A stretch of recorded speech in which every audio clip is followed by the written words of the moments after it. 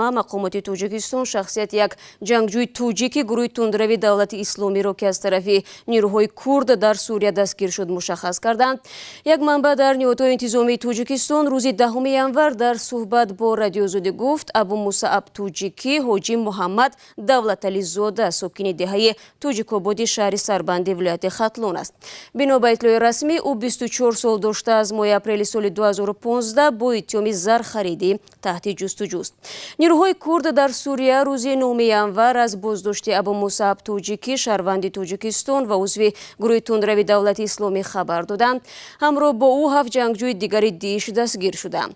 وبسایت نیروهای خوددفاع کردهای سوریه روز 9 ینور نوشت جنگجویان گروه دولت اسلامی قصد حمله به مردم آسایشته را داشتند و روزهای 6 به 7 ینور در جریان عملیات در شهر حجین دیر از زور به دست افتادند. مقامات توجیکستان میگویند بنا به حساب آنها تا ماه سپتامبر سال گذشته تقریبا 1900 شهروند کشور به عراق و سوریه رفته به صف گروه تندروی دولت اسلامی پیوستند. تا کنون 10 نفر آنها در جریان درگیری ها کشته شدند.